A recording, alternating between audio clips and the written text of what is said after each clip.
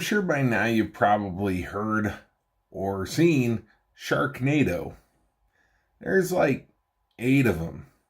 I've only seen part of one, but I could tell you the plot, amazing. The acting, it was all around. It was a horrible movie.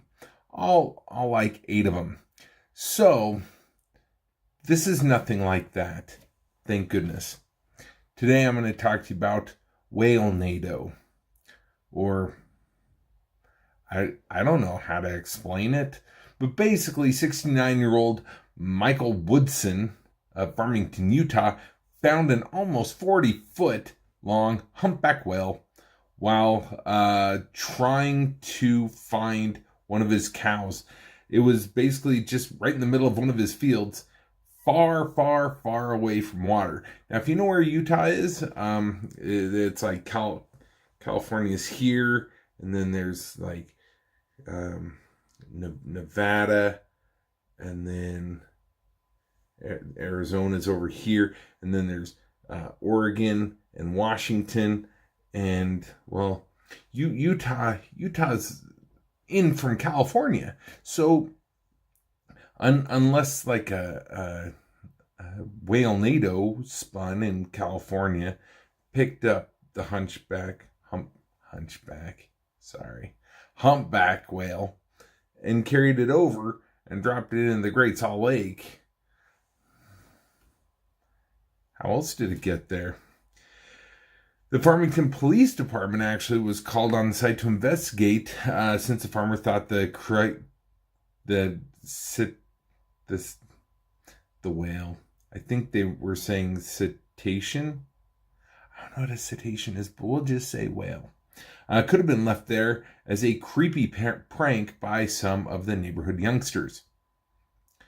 How strong are these youngsters, and how many of them would it take to carry a multi-ton whale? I'm going to refer back to Whalenado, because it makes more sense than having a whole bunch of kids go and carry a whale into the middle of a field. But the investigators rapidly dismissed the possibility, however, as no traces of vehicles or machinery large enough to carry it were found anywhere near the animal.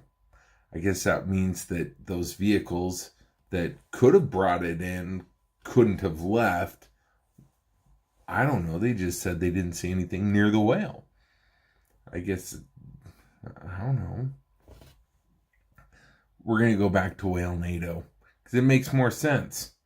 The police admit that they were almost clueless at the moment as to how the marine mammal found its way onto his property, and a few witnesses have reported seeing some strange flying objects in the area over the last couple days, and authorities have confirmed that the 911 operators have received a few dozen calls from all over the region reporting such sightings, but they refuse to link both events to the moment.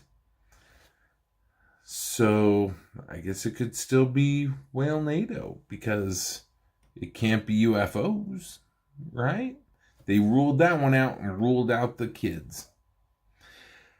So Captain Dawson of the police department says, "We are verifying every clue and information that we have, and I assure you that we will explore every other possibility before we conclude that a UFO has anything to do with the case." So aliens are officially ruled out.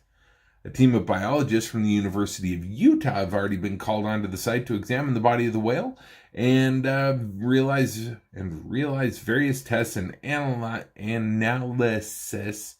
analysis there before it is removed from Mr. Woodson's property.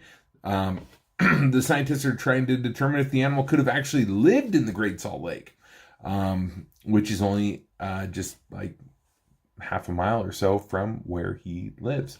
The various police forces in the area are now asking the public to report any information that could prove helpful in solving this strange case. Anyone that might possess any information in the case is asked to contact Farmington City Police Department, which is in charge of the investigation. I am only, I would say, about a little over 2 hours, 2.5 hours from Farmington.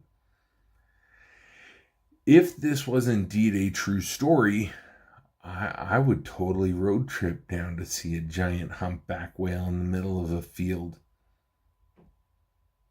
It would probably smell really gross, though, by now, because it is starting to warm up. Thank goodness.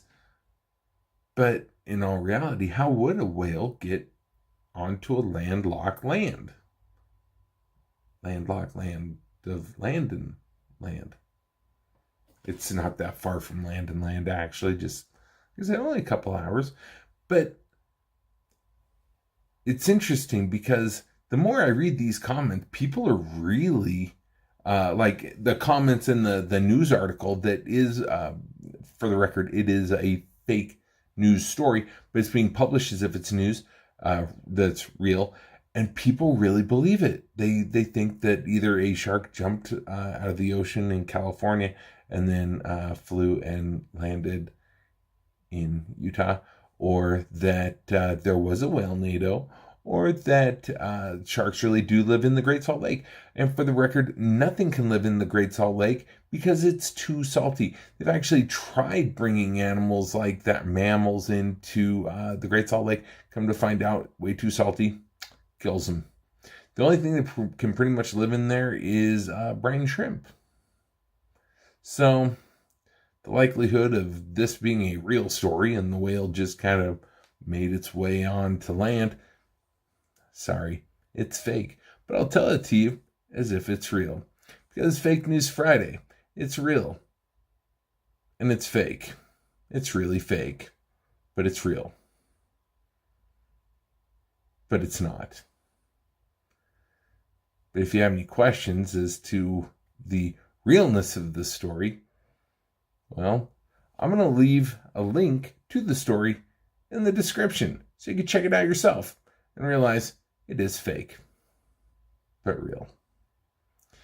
There's not a whale in Utah at all. Sorry. No Whalenado, no UFOs, and no kids playing a really gross prank on a farmer. So there you have it. There's Fake News Friday. Thanks for watching. Give me a thumb up. Subscribe if you haven't already, and share because sharing is caring. We'll see you later. Bye.